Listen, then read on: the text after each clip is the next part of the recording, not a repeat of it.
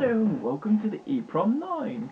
You may notice, well, if we bring up the camera around here on its little driller tripod, you may notice we've got some Linux command lines up running off PuTTY because it's going to my 2 Raspberry Pis across the room. Because this is a video basically going over a little bit of detail of my final year project. I might reference to this video in the actual assignment. I've done that before, an assignment's reference to a video where I've mentioned something I ended up talking about. Can't remember which one. But yeah, this is the machine it currently transmits to, my standard laptop. I've got the Netcat and M-Player software on there. I have only recently created a .bat file. Seriously, all .bat files are a combination of Windows commands. You could do a CLS bat file if you really wanted. Completely pointless, but easy to do. So we run the bat file, and then through some magic, which camera shall we do? 1 or 2? We'll do remote camera 1. That's the command, just so you can see it. And leave you watching this monitor. Hit enter. Give it some time to wait, and woohoo! There's the back of me in full 1080p. Not that this monitor can display it; it actually crops it. It seems to use the central point as its reference point, and it's running live because that one's connected to the TV, and here they are. Eventually we want to get these waterproofed and that because they're for a conservation project essentially, so hopefully at the end of the year could lead to a job, getting employed installing this system. That'd be awesome. No, and I'm using some engineering skill. I haven't got through to the PHP coding yet, which is where that server comes in.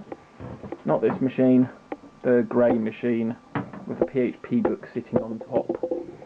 Oh, look at that. If we get the angle right, that's the one running.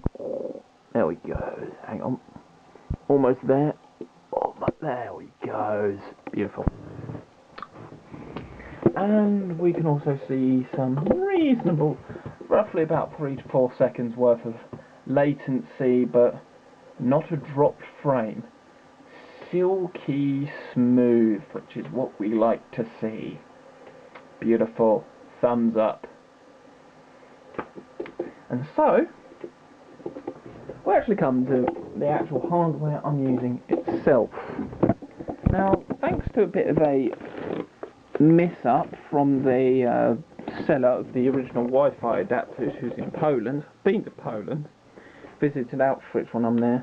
Not an enjoyable place, but certainly educational. Sent me one of these by accident. Well, it turns out I tested it. Actually useful for the project. So I messaged them back. They refunded me some money for the inconvenience and said, yeah, keep it. And so I have. And I brought the other 2 adapters that I needed, and it looks like the Pi has crashed because look at the video. This is a problem I'm running into. I need to get to the bottom of why these are randomly crashing every so often. If anyone's got any suggestions, please do face them. Since this one needs resetting, it's perfect for an overview. So we'll just pop out 5 volts. Pop out the HDMI, yes, this is what I use my HDMI for and nothing else. And we have what is basically, I think it's the remnants of a drawer actually, and some bolts of various bits of computer kit and test equipment I've pulled to bits. So you've got one of these Wi-Fi adapters, which is actually really quite sensitive gain because the Wi-Fi downstairs is picked up as -65 dBm. Standard Pi, and of course the camera board, OS, which has a 8 gig chip. That's all good. 2 of these. Plan is have the power eventually going for the GPIO port, 5 volt, pop a little fuse on there for protection, about amp should do it, and then once you're powering through there, then link it to a voltage regulator circuit that will basically trickle charge a small lead acid battery currently, because you get the best battery life out of those, and Maplin sell them, which is a thumbs up. If I can easily obtain them for reasonably cheap, that's going to be the parts I use. And I've got 2 of these. As I've actually got 3 pies, but I did originally want to test with 5, but the sheer, you know, cost about 118 just for these 2, so let alone actually the amount 5 would cost. So yeah, maybe after uni we can do that. I imagine that will have gone to the same port, so we'll just let that load. We'll pop this back. I'll pop that in there actually, and then that can go in my little pie bag. I'm repairing a teddy for Mum because it seems to have become rather state of the...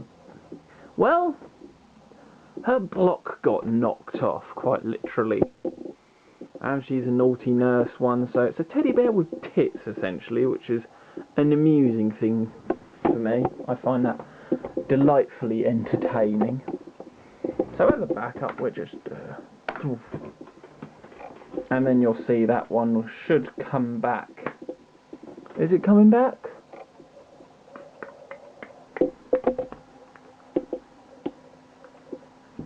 Control C.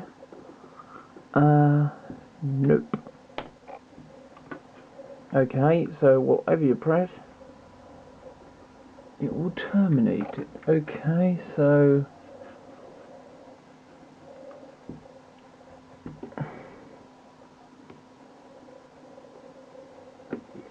yes. Yeah, we're having a little technical issue, that's all. Right, we'll kill out that one. Well, network 2, yeah, I know, it's dead, so we'll kill that one and come back to it. God damn it. Got a love for this nonsense, haven't you?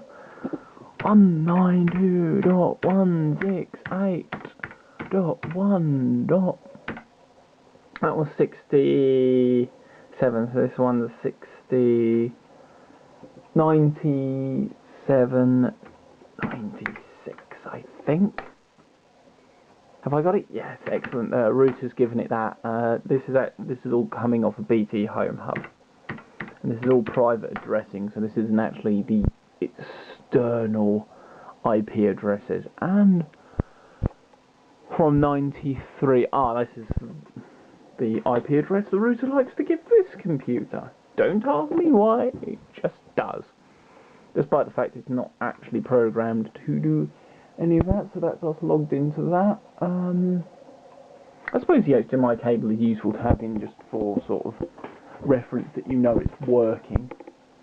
But now we can run the script again, go to this, run, and with a bit of latency, you will notice we're now running off, instead of this camera, we're now running off this camera, and it's streaming over wireless with about 15 megabits a sec for 150 megabit a sec total adapters. That's actually pretty good. One of the things we did was actually work on Yagi antennas on one of our assignments this year, so I'm thinking perhaps we could increase the range of these, or at least a better, more professionally manufactured equivalent, because these aren't the best antennas on Earth. They are pretty nigh on crap when you put it down to it, but they are made by students, and actually I want to test them anyway on the machine. I just need to buy the cables, and there's more reason to buy the cables now. So yeah, thanks for watching, hope you enjoyed, and keep on using those Pis, because I am. They're very useful little computers, actually. Thanks for watching, hope you enjoyed.